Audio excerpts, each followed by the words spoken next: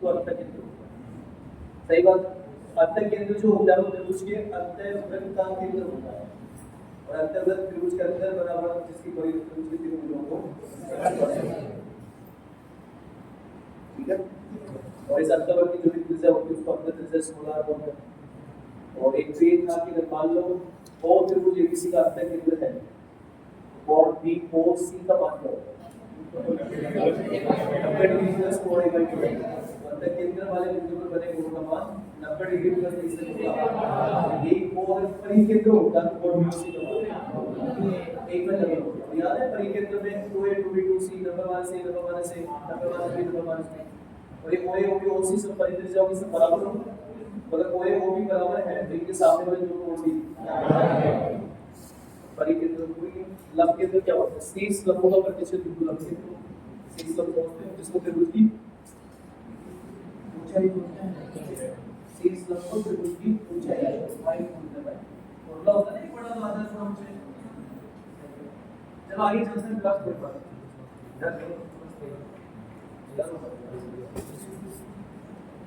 कितना हो गया? नोट नंबर 40 अभी 3-4 नोट है ना ये लगातार जो आने वाला है ये 40 41 42 ये तीनों नोट ऐसे हैं जिनके सवाल कभी दिखे बोल दिया तो पहले जब अपने हिसाब से चीज में हैंडल करो। अगर आपको लगता है खाली में तो सवाल दोनों के इसमें सवाल नहीं है तो आप बोर्ड पर लगा लो और टाइप बदल दो इग्नोर कर लो ये बात है। बट ईसीएस की पूरी आदत शांत जो बैटरी में से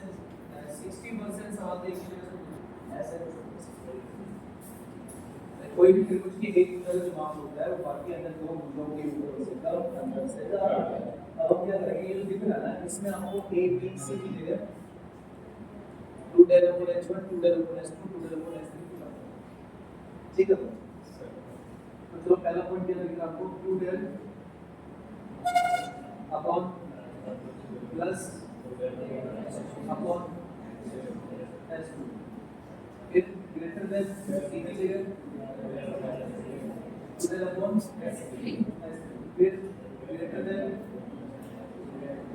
2 del upon h1 minus h2। अब वैसे ही कॉमन हो 2 del upon 2 del तो सब में कॉमन है ना तो वो तो कट जाएगा greater than less than क्या मतलब है उसका सब में इक्वल है कॉमन है। आप इसका ले लो एलसीएम ओके। जब आप इसका एलसीएम लेंगे तो एलसीएम ऊपर ऐसे लिखता है h1 plus greater than 1/h3 greater than LCM कोई h1 h2 और इससे कोई दिक्कत नहीं है कुछ भी अगर पूरा ये अंतर होगा तो मोड आएगा तो उसके हिसाब से चलता है उस पर कुछ दिक्कत होगा। ये हो गया। अब मुझे अब ये 1/h3 आ रहा है मुझे इसको h3 करना है तो क्या होता है जब आप विक्रम नहीं इसको जो विक्रम करोगे ना तो ग्रेटर देन लेस देन उल्टा हो जाएगा। सिंपल बात जैसे एक छोटी सी बात पूछता हूं आपसे आप बताओ 2 और 5 जो है तो 2 में से 5 में से बड़ा आगे है इसकी 5 बड़ा है लेकिन जब मैं इनका विक्रम करूंगा तो 1 बड़ा तो 1/5 में से बड़ा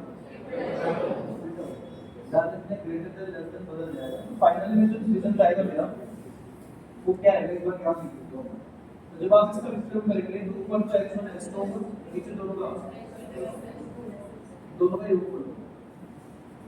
और इस ग्रेटर देन का वो लेस देन हो जाएगा ये s3 आ जाएगा और जो ग्रेटर देन का वो फिर से लेस देन हो जाएगा और ये h1 h2 अपॉन में h1 माइनस h2 ये आपका फाइनल रिजल्ट है। शीर्ष क्रम अगर दो शीर्ष क्रम अपने सवाल का मतलब हो गया कि अगर आपको दो शीर्ष क्रम h1 h2 बताओ तो आप तीसरा शीर्ष क्रम s3 निकाल सकते हैं बट मैं बोला मान नहीं निकाल सकते रेंज निकाल सकते। जैसे वो त्रिभुज वाला सवाल था अगर वो त्रिभुज की भुजाओं का मान 11 15 x है तो x का फिक्स मान है x की रेंज निकाल दे x का मान 11 15 के बीच में सीधा 50 है तो वही बोल। अच्छा इसको याद करना बहुत सिंपल है तो मेरा थोड़ा भारी सा फील हो रहा है तो इसको याद करना सिंपल। आपको क्या करना है आपको छोटा सा जवाब देना मतलब मैं सवाल की कैटेगरी समझा रहा हूं। अगर दो शीर्ष क्रम दे देता है और तीसरा शीर्ष क्रम की रेंज निकालनी है तो आपको क्या करना है एक बार तो दोनों शीर्ष क्रम के गुणनफल में दोनों का भाग देना है एक बार गुणनफल में 70 का भाग सही बात है। और ये तो दोनों चीज सबसे गुणनफल में एक बार तो योगफल का और एक बार तो योगफल का भाग देंगे तो छोटा बनेगा, अंतर का भाग देंगे तो बड़ा बनेगा। लेकिन जो s3 है दोनों ये जो बड़ा मान है वो उससे s3 का मान उससे कम होगा और जो छोटा मान उससे ज्यादा होगा। एडजस्टमेंट दिमाग से करोगे तो हो जाएगा। जब हम सवाल करेंगे ये उदाहरण बाकी मैं बोल चुका हूँ, अभी कोई सवाल इसमें साथ नहीं है। चलिए एक सवाल लेके जैसे क्वेश्चन है यदि किसी त्रिभुज के दो सेक्शन 12 होते हैं तो इससे सेक्शन की मान क्या है मैंने बोला फिक्स माप तो नहीं निकाल सकते, रेंज निकाल सकते। अब आपको लॉजिकली तरीके से मतलब उसको फॉर्मूले के हिसाब से मत सोचो, लॉजिकली तरीके से अगर आपको दो सेक्शन दे रखा है और आपको तीसरा सेक्शन की रेंज निकालनी है तो एक बात है दोनों सेक्शन के गुणनफल में योग का मान देना और एक बार यानी ऐसे होगा 12 और 13 की गुणा में एक बार तो 25 का भाग देंगे और एक बार 12 और 13 के गुणा में अंतर सही बात। ये कितना आ जाएगा 12 और 13 से गुणा करेंगे तो 156 होगा और 156 को जब आप कैलकुलेट करोगे तो 25 की 150 25 से 25 ऐसा मान लो लगभग 6.2 मान लो मतलब 6.2 10 बजे 4 6.2 तो ये कितना है 156। तो मैं बताया जो तीसरा सीजन ऐसे होगा ना वो ज्यादा वाले से कम होगा कम वाले से ज्यादा मैंने 156 से तो कम होगा और 156 से लॉजिकली तरीके से करेंगे मेंटेन तो दोनों सीजन के गुणनफल में योग का एक बार गुणनफल में अंतर का अभी गुणनफल में अंतर का बात करके 156 ज्यादा है तो तीसरा सीजन 156 से कम होगा और 6.24 का 5 से ज्यादा है। बोला तीसरा जो सीजन होगा वो 6.24 से लेकर 156 के बीच का मान बहुत सारे मान होंगे ये पूरा कौन सा नहीं हो सकता तुम बताओ 8 हो सकता है 13 हो सकता है 9 हो सकता है 6 नहीं हो सकता क्योंकि तीसरे सीजन का जो माप होगा वो 6.24 से ज्यादा होगा तो फिर 6 नहीं हो सकता 8 हो सकता है 13 हो सकता है। चलो आगे आते हैं नोट नंबर 41 तो 41 भी नोट है यदि किसी त्रिभुज के सीसम x1 x2 x3 का मान दिया गया हो तो उसके अंतर्वर्त की त्रिज्या स्मॉल r का मान निकालना है। एक नोट ये कि कोई त्रिभुज के तीनों सीसम x1 x2 x3 का मान दे तो फिर आपको अंतर्वर्त की त्रिज्या निकालना तो वैसे एक तो जानते हैं कि कोई भी त्रिभुज के अंतर्वर्त की त्रिज्या स्मॉल r का मान निकालेगा तरीका है डेल्टा अपॉन s मतलब त्रिभुज के क्षेत्र में ना एक्चुअल स्ट्रेस से ले सकता है तो एक बात देखिए अभी पिछले वाले नोट में एक बात की थी उसी से यूज करूंगा पिछले वाले नोट के हिसाब से बता रहा हूं आपने क्या बोला a बराबर डेल्टा अपॉन h1 था और b बराबर तो डेल्टा अपॉन h2 और c बराबर तो बताइए त्रिभुज की तीनों भुजाओं का मान अब आपको एक नोट याद होगा अंतर्वर्ती त्रिज्या को r बराबर डेल्टा अपॉन s तो इस वैसे भी लिख सकते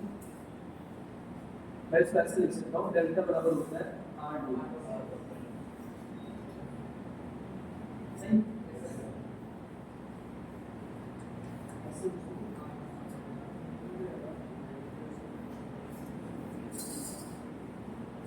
बस डायरेक्टली स्मॉल r बराबर होता है डेल्टा अपॉन s ऊपर तो डेल्टा है और नीचे अर्ध परिमाण होता है और अर्ध परिमाण मतलब त्रिभुज की त्रिभुज जो कि ऊपर का ये भुजा तो है मेरे पास तो ये जो तुम डेल्टा अपॉन h1 इन सबको योग करके आधा करेंगे सबका जब योग करेंगे तो तुम डेल्टा तो कॉमन है और अंदर 1/h1 1/h2 1/h3 आ जाएगा और इसका भी आधा होगा ये इससे घट जाएगा डेल्टा से डेल्टा ये r के बराबर आ तो कितना है उल्टा अगर इसको ऐसे लिख लेते हैं 1/r इसको अगर मैं 1/r आता हूं तो ये 1/4 यानी नीचे ऊपर आ जाएगा थोड़ा कंफ्यूजन हो गया ये नहीं आ जाएगा 1/h1 + 1/h2 + 1/h ये होगा इजीली हो सकता है दिमाग पर ये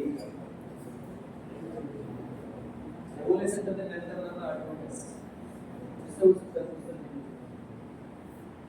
ऐसे करके लिख लेते हैं डेल्टा बराबर होता है आर डॉट एस। डेल्टा बराबर स्मॉल आर, एस का मतलब आधा, तो टू डेल्टा कॉमन आ जाएगा, इसका भी आधा होगा, तो बराबर में 1 बटा प्लस 1 बटा एच प्लस 1 एस पी, सही है सर? ये सही समझ में? तो मतलब ये 2 से 2 डेल्टा से डेल्टा करने इधर एक बच गई, यहाँ इधर आके क्या होगा 1 बटा, ये आर इधर आके 1 बटा और 1 बटा आर से याद रखना,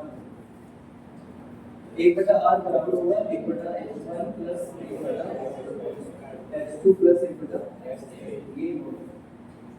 ये वाला नोट कब लगा है, जो कुछ तीनों सी सम h1 h2 h3 का मान दे देखो हमें उसके अंदर रेजिस्टेंस होगा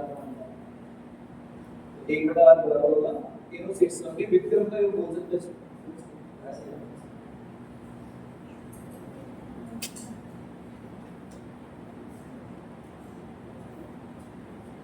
बाकी चीज़ तो ध्यान देना नहीं, बस नोट फाइनल जो आपको याद करना है उसको आप हाईलाइट करना। जैसे एक क्वेश्चन है कि देखिए त्रिभुज एबीसी में सी सम तटस्थ है 6 10 और 15 में, तो इसके अंतर्वर्ती त्रिज्या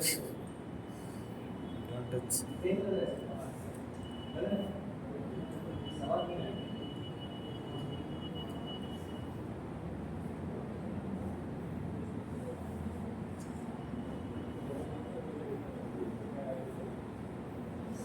क्या नोट है, कोई त्रिभुज के तीनों सी सम की माप दे रखी है 6 10 15, आपसे अंतर्वर्ती त्रिज्या पूछ रहा है, तो आप जानते हैं नोट होता है 1 बटा r बराबर 1 बटा h1 प्लस 1 बटा h2 प्लस 1 बटा h3,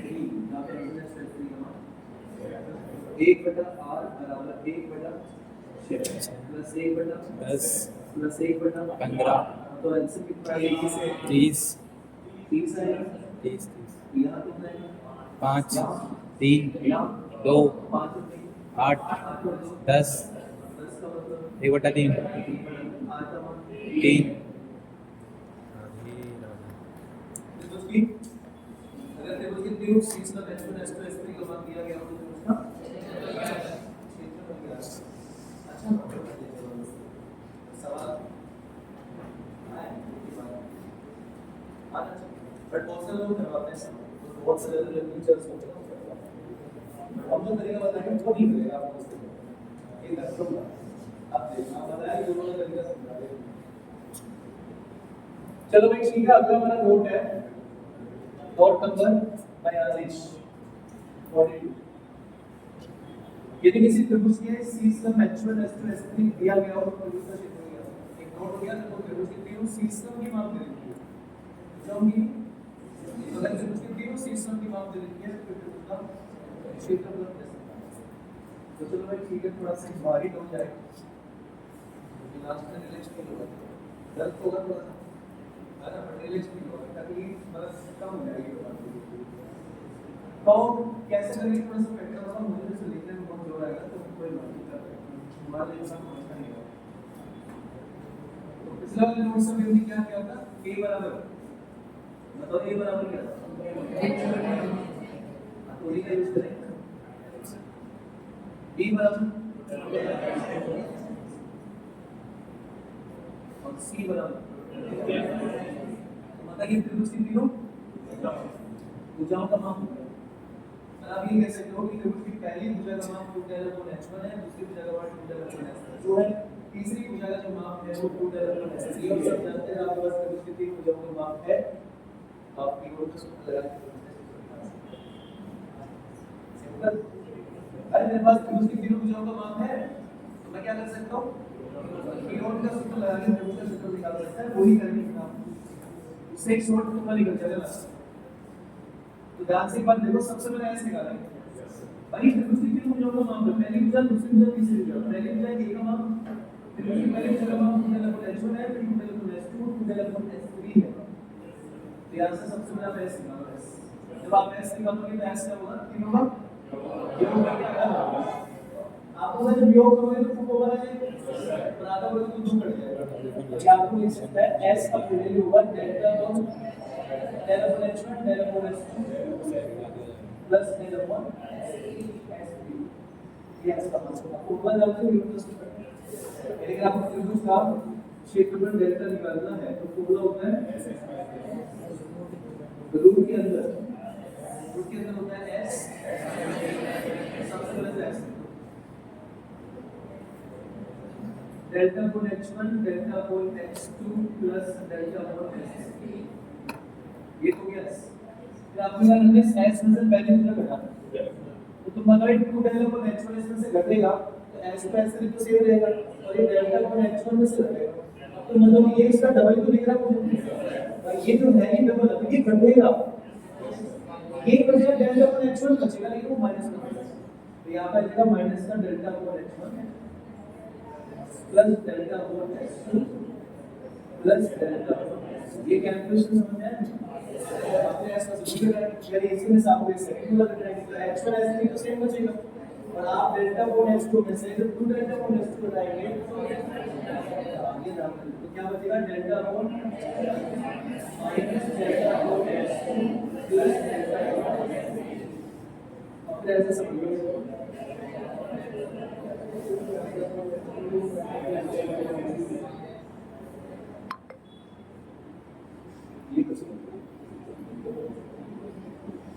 सही अब हम क्या कर सकते हैं यहाँ से डेल्टा को ओवर तो तुम बताओ डेल्टा कितनी बार ये डेल्टा 4 बार और जो वर्गमूल करोगे तो डेल्टा का इस बार सोल्व लिखो ना माइनस कर लो वैसे कॉन्सेप्ट तो यहाँ से डेल्टा घुमा लेना तो बताए डेल्टा अंदर डेल्टा की पावर 4 है और जब उसका वर्गमूल करोगे तो बाहर डेल्टा का स्क्वायर होगा और जो डेल्टा का स्क्वायर होगा तो उससे एक डेल्टा कटेगा इधर डेल्टा बचेगा तो इधर आके ये फाइनल फॉर्मूला लिख रहा हूं आपके सामने 1 अपॉन डेल्टा ये 1 बटा त्रिभुज का क्षेत्रफल बराबर होगा रूट के इसको याद करना बहुत आसान है ऐसे कि बहुत बड़ा दिख रहा है लेकिन याद करना आसान है देखो पहले तो तीनों पॉजिटिव आएंगे एक बड़ा h1 एक बड़ा h2 तीनों पॉजिटिव फिर h1 नेगेटिव फिर h2 नेगेटिव आराम से लिख सकते हो दिक्कत नहीं है सबसे पहले 1 बटा h1 प्लस 1 बटा h2 प्लस 1 बटा मतलब पहले वाला तो तीनों पॉजिटिव अब एक में h1 नेगेटिव एक में h2 नेगेटिव तो एक में h1 नेगेटिव आएगा तो माइनस का 1 बटा h1 और बाकी दोनों पॉजिटिव ओके फिर अगले में h2 नेगेटिव हो जाएगा तो 1 बटा h1 माइनस 1 बटा h2 प्लस 1 बटा h2 फिर अगले में h3 नेगेटिव तो 1 बटा h1 प्लस 1 बटा h2 माइनस 1 बटा h3 ये फाइनल फॉर्मूला है ये आपको रिजल्ट दिया ये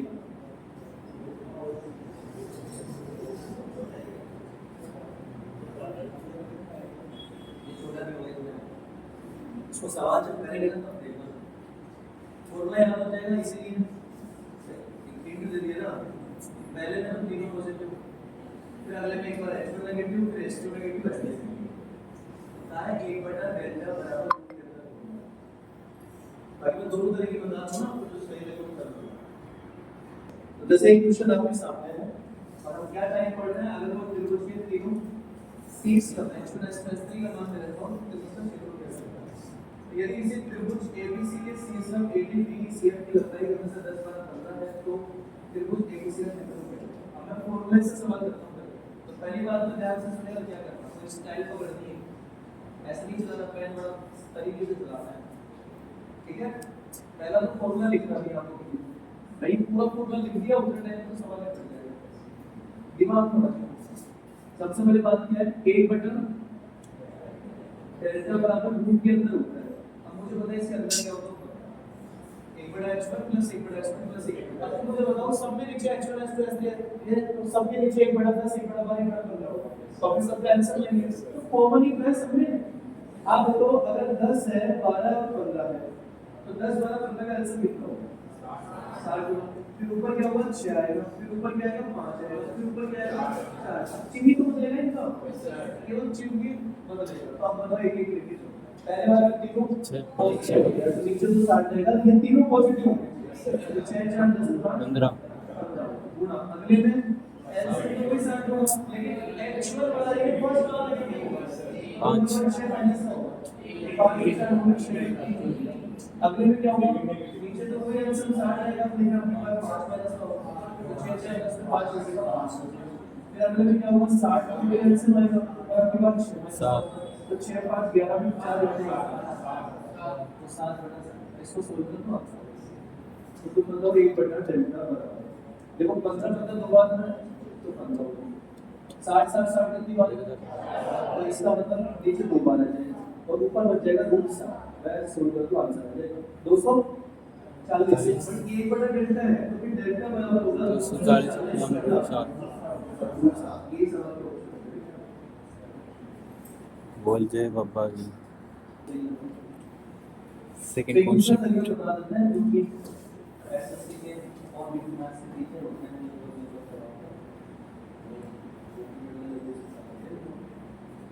इसमें क्या करते हैं त्रिभुज के तीनों सिस्टम जैसे एबीसी त्रिभुज है समझा रहे हैं जैसे एबीसी त्रिभुज लाइक एंड सब्सक्राइब करिए और इस ABC this is my order ABC system ऐसा सिस्टम रहता है त्रिभुज एबीसी है जिसके सिस्टम रहता है 10 बार 15 एक बार सिस्टम 10 बार 15 यस सर इस सिस्टम का अनुपात कितना होगा 5 6 3 5 से 5 से भी तो तीनों सिस्टम में 10 बार 15 ये हो गया कि सिस्टम का अब से एक टाइप पढ़ते हैं यार उसका सिंपल इतना बार हो जाएगा सिस्टम का अनुपात और उनके भुजाओं का अनुपात अगर इस चीज समूह अनुपात है तो आप यहाँ से त्रिभुज की भुजाओं का अनुपात निकाल सकते हैं तो अनुपात विकर्ण होगा 1/10 अनुपात 1/12 अनुपात 1/15 अब 10 द्वारा 15 कैंसिल 60 को गुणा करिए तो ये 5 होगा ये तो 6 अनुपात 5 अनुपात 4 आया है त्रिभुज की भुजाओं का और ध्यान रखिएगा जिस सिस्टम का मान 10 है उस वाली भुजा का मान 6 के रिलेटेड है अगर डायग्राम बनाओगे तो समझो ध्यान से जैसे ये एबीसी त्रिभुज है तो अगर मैं कहूं कि एडी भुजा का मान एडी सिस्टम का मान 10 है तो एडी जो सिस्टम 10 है उसके सामने वाली भुजा बीसी भुजा का मान 6 ऐसा हम कह सकते हैं 12 को से बीई है अगर बीई सिस्टम 12 है तो 12 वाले सिस्टम के संगत जो भुजा होगी उसका मान ये 5x होगा और ये 4x और ये क्या है एडी इसका मान कितना है 10 अब आप क्या कर सकते हो एक तो क्षेत्रफल ऐसे निकाल सकते हैं 1/2 आधा गुना क्योंकि मेरे पास 6x 5x 4x है तो त्रिभुज की तीनों भुजाएं तो इनमें से कोई भुजा है और जो वाली भुजा हम लोगे उसी के डालेंगे 6 का भुजा है जैसे मान लो हमने BC वाली भुजा का 6x लिया AD 6 का उसका 10 सेंटीमीटर भुजा लेकिन इसे क्षेत्रफल थोड़ी है तो x है बट एक और तरीके से हम क्षेत्रफल निकाल सकते हैं वो 0 मेरे पास त्रिभुज की तीन भुजा है 6x 5x 4x अब दो तरीके से क्षेत्रफल निकालोगे एक तो तीनों के सूत्र से निकालोगे और एक 1/2 और x निकालोगे तो यहाँ से आप x का मान निकालोगे वो कंडीशन एक तो 0 का सूत्र लगाना पड़ेगा तो 0 का सूत्र लगाओगे तो पहले x बताओ 6 और 4 में से 15x बटा और फिर जब आप क्षेत्रफल निकालोगे तो पता है पूर्ण क्या रूट के अंदर सबसे पहले x होगा 15x बटा 10 फिर s में से a घटाएंगे मतलब 15x बटा 2 में से x घटाओगे तो 6 तो नहीं 12x घटेगा तो 3x बटा 2 फिर आप 15x बटा 2 में से 5x घटाओगे मतलब 5 में से जाएगा 5x बटा 2 और फिर 15x बटा 2 में से आप 4x घटाओगे तो 7x बटा 2 ये क्या आ गया त्रिभुज का क्षेत्रफल ये का त्रिभुज का क्षेत्रफल ऐसे निकाल सकता हूं 1/2 आधा घंटा 6x से ऊंचाई 10 सेंटीमीटर या उससे क्या होगा या तो दोनों को स्क्वायर कर दो बोलो से बोलो तो या फिर देख लो जैसा आपको सही हटा दे इस पर ये निकाल ले एक तो 15x बटा 2 तो लिख ही है और ये 15x बटा 2 ये भी 15x बटा 2 और नीचे 2 आ जाएगा तो ये वाला दूसरा समय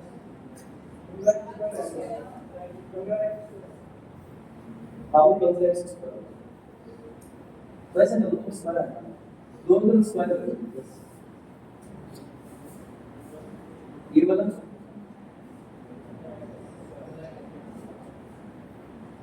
सही है तो मैं लिखूं क्या था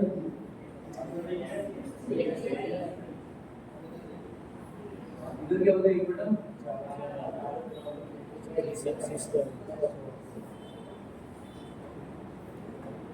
अब x तो क्या होगा x स्क्वायर से 4 से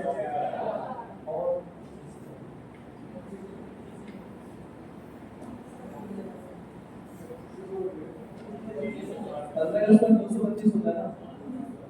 225 से 25 का भाग होगा 9 बार होगा इसमें और 9 चौके 36 और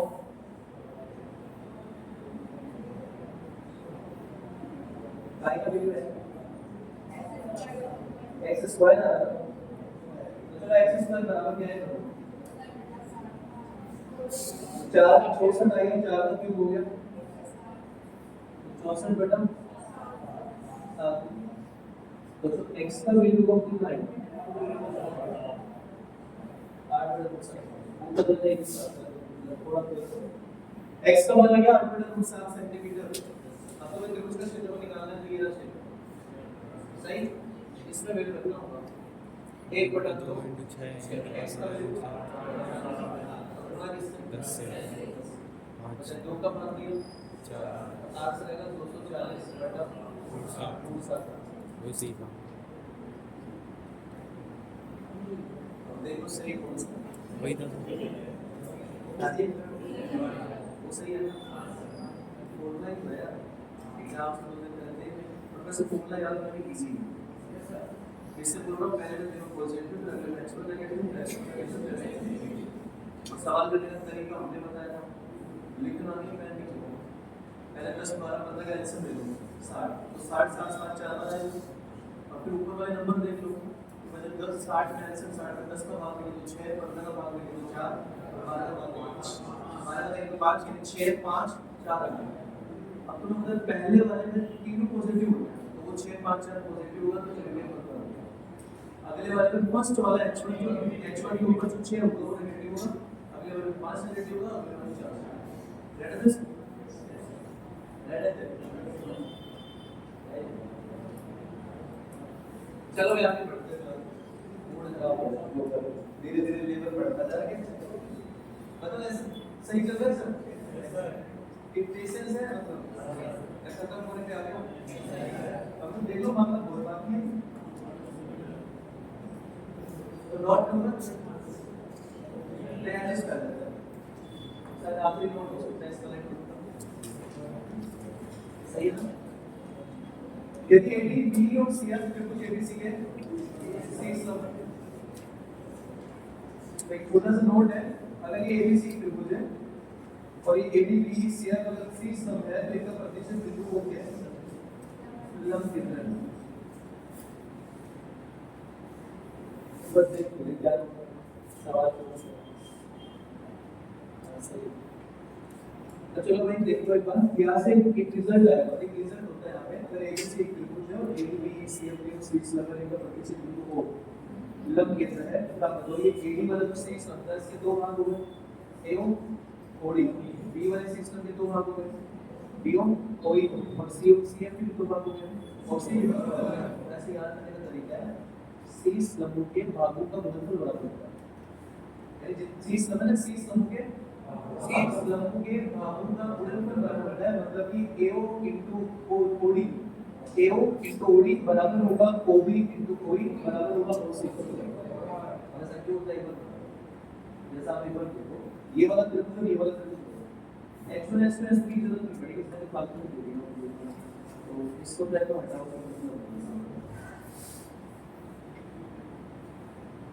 एक एकदम मतलब वो क्या बार-बार डायग्राम बोल रहा है बड़ी मेहनत होती है एक डायग्राम बनाना पड़ेगा हम थोड़ा आगे की कम करते हैं तो हमने सोचा एक डायग्राम से कुछ कॉपी करना है तो कितना है इस ना तो फिर उसकी बुझाऊ से मतलब है जब हमने C स्तंभ का माप x1 नोट तो क्या हुआ है नोट तो ये है C स्तंभ के भागों का गुणनफल बराबर होता है मतलब कि OA गुणा OD बराबर होगा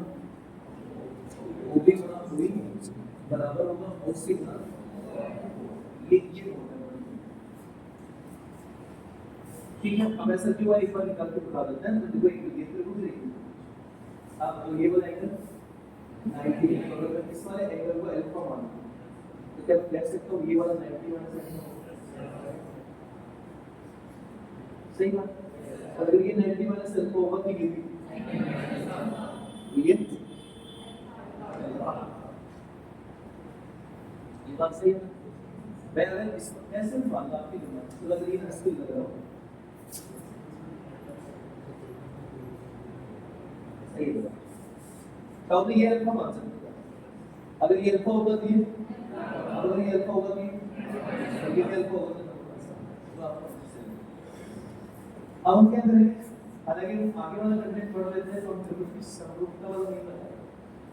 अभी नहीं पढ़ा बेसिक लैम्बडा अंतर आप जानते हो जानते हैं। मैं इस वाले त्रिभुज में लैम्बडा अंतर अल्फा है और अल्फा के सामने वाला कोई लंब है और लंबे के सामने वाला कोई उत्तर है और लंब का मतलब साइन। अब अगर इस वाले त्रिभुज में साइन अल्फा क्या होगा लंबडा का होता है और जो अल्फा कोण होता है उसके सामने वाला सीधा नाम और लंबे के सामने वाला क्या होता है तो साइन अल्फा बराबर होगा कोई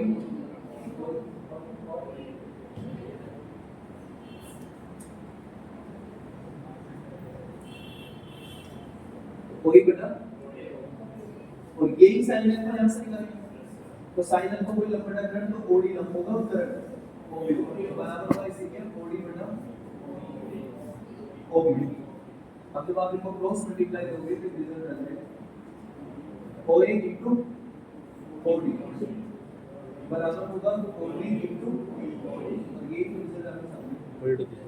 अब तो एक और चाहिए तो आप एक काम कर सकते हो क्या कर सकते हो ये वाले ट्रायंगल के साथ ये ले लेना इसके साथ ये एक हो जाएगा समझ जाओ तो जैसे आ गया ठीक हो जाएगा जैसे आपने कहा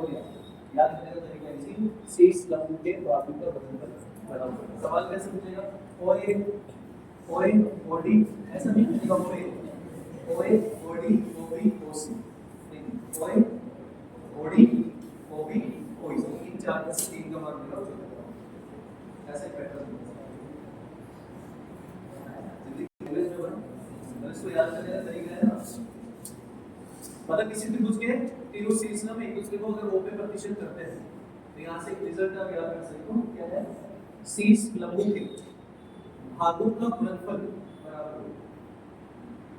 शीर्ष लंबों के भागों का गुणनफल बराबर होगा।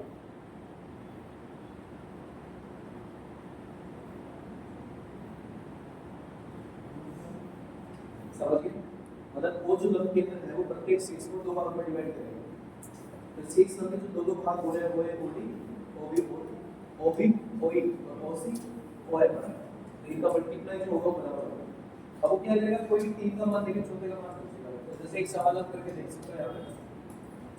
जैसे एक सवाल है त्रिभुज पी क्यू आर में पी क्यूबी आरसी सी सम जो कि ओ पे प्रतिशत करना है अगर क्यू इतना ए इतना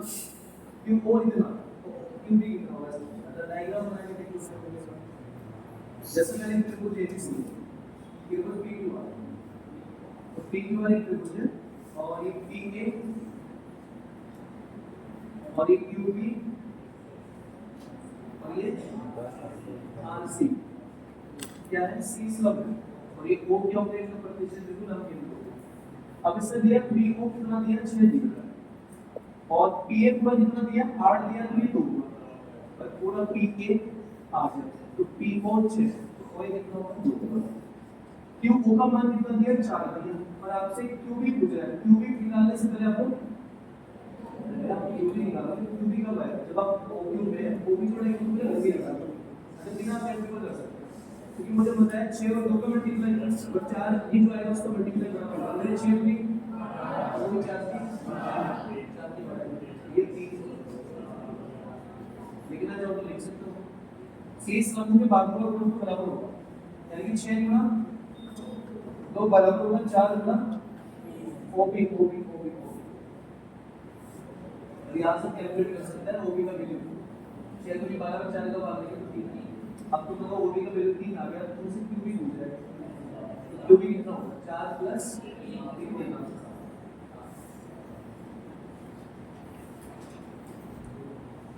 काफी नोट लिख लो लंबे का प्लस ई सब लंबे में से रिलेटेड। तो लॉट नंबर 14 तो क्या नोट है ये त्रिभुज एबीसी में अगर एक त्रिभुज एबीसी में एडी सी सम एडी पर कोई बिंदु पी से ये थोड़ा अच्छा सवाल है जहां पे मन नहीं कर कहने का कि आ सकता है नहीं आ सकता बताने से कंफ्यूज लग रहा है। आप इस तरह ना कोई सवाल में देखा कि बहुत सारे लोग इधर डिस्कस करते हैं। तो एबीसी त्रिभुज और एबीसी त्रिभुज में एडी क्या है और सी सम में कोई बिंदु पी है तो पी क्या होगा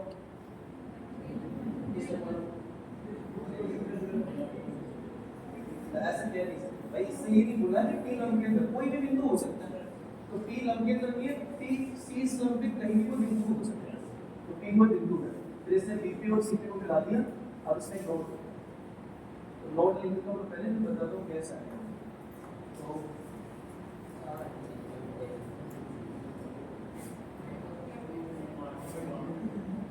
क्या लगता है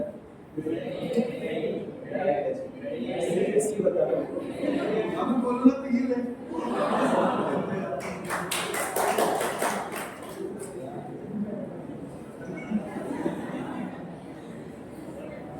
बड़ी बात है तो देखो बड़ा टैलेंट है यार कैसे आगे हो गए वाह ये भी टैलेंट है उसका लगे ना उसका मैं बाकी को एक्सप्रेस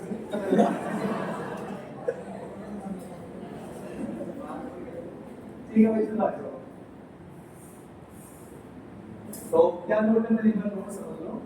जैसे इसमें क्या होता है पैटर्न ऐसा होता है जैसे एक तो तुझा एबी एबी तुझा उधर वाला सीबी अपोजिट डायरेक्शन में चलेगा इधर वाला एबी उधर वाला सीबी और इधर वाले एसी के साथ उधर वाला बी तो नोट ये होता है तुझा एबी का स्क्वायर प्लस उधर वाला सीबी का स्क्वायर बराबर होगा मुझा AC का स्क्वायर और सामने वाला ये नोट है ध्यान रखने का मतलब कि आप AB के साथ आप उल्टा मतलब इधर उधर तो AB के साथ इधर वाला CP आएगा AC के साथ इधर वाला BP ये नोट आपको याद रखना है किसी को मैंने जानना हो कि कैसे बनाना है एक बार देखिए सबसे पहले बात करते हैं यहाँ पे त्रिभुज ABD तो सबको पता है कि ABD त्रिभुज है ये समकोण त्रिभुज तो इसमें पाइथागोरस थ्योरम लगा सकते हो और पाइथागोरस थ्योरम लगाओगे तो ये कह सकता है कि चलो पहले ये लिख लेते हैं AB का स्क्वायर जो होगा तो बराबर होगा AB करंट है करंट AD का स्क्वायर प्लस BD का स्क्वायर भाई ये जो ABD त्रिभुज है यहाँ पे 6 का बोला था 90 किसी केस में ये समकोण त्रिभुज और समकोण त्रिभुज के लंबाई के सामने वाला जो AB करंट है तो करंट स्क्वायर बराबर होता है बाकी के त्रिभुज स्क्वायर ही होते हैं ऐसा मैं बात कर रहा हूँ त्रिभुज CPD ले लेते हैं CPD भी समकोण त्रिभुज है तो इसमें हम कह सकते हैं करंट बराबर होगा BD का स्क्वायर प्लस एक पेयर तो ये बन हम एक पेयर इधर का बनेगा त्रिभुज ACD त्रिभुज की बात कर रहे हैं तो इसमें हम कह सकते हैं AC का स्क्वायर बराबर होगा AD का स्क्वायर प्लस CD का स्क्वायर एक हम इधर वाला त्रिभुज ले लेते हैं BPD सारे समकोण त्रिभुज है बाकी दोनों लगा लेते हैं तो BP का स्क्वायर बराबर होगा AD का स्क्वायर प्लस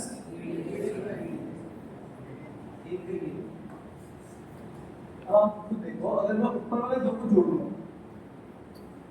इधर तो ये आ जाएगा सर तो इधर आएगा AD का स्क्वायर प्लस BD का स्क्वायर प्लस BD का स्क्वायर प्लस CD का स्क्वायर पर अगर मैं नीचे वाले दो को जोड़ूंगा इधर तो ये रिजल्ट आ जाएगा बट इधर वाला कोई AD का स्क्वायर प्लस BD का स्क्वायर प्लस CD का स्क्वायर प्लस BD का स्क्वायर मतलब कि जब आप ऊपर वाले दो नीचे वाले दो को जोड़ेंगे इनका राइट वाला जो पार्ट होगा वो इक्वल होगा, तो राइट वाला इक्वल होगा तो लेफ्ट वाला, तो इसका मतलब ये इधर वाला AB का स्क्वायर प्लस CB स्क्वायर है और इसमें जो AC square plus BB square है ये दोनों बराबर होंगे। तो इन चारों से तीन का मान देगा आपको ना सवाल, ये जो AB स्क्वायर प्लस CB का स्क्वायर बराबर AC का स्क्वायर प्लस BD का स्क्वायर, तो इन चारों से तीन का मान देगा जो भी का मान आपसे पूछे।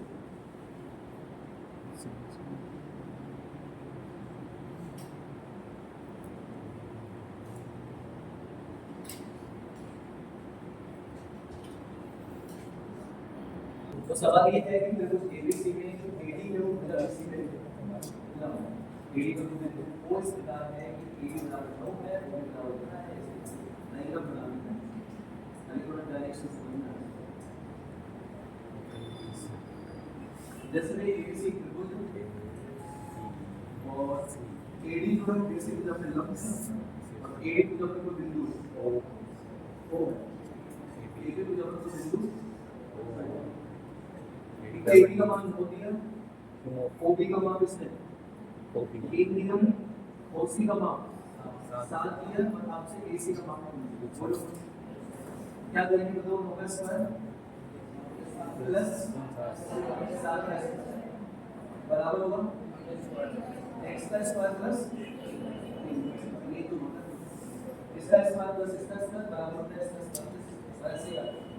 इसका स्क्वायर प्लस इसका स्क्वायर बराबर इसका स्क्वायर प्लस इसका स्क्वायर, समझ गए। तो 9 का स्क्वायर 7 का x का स्क्वायर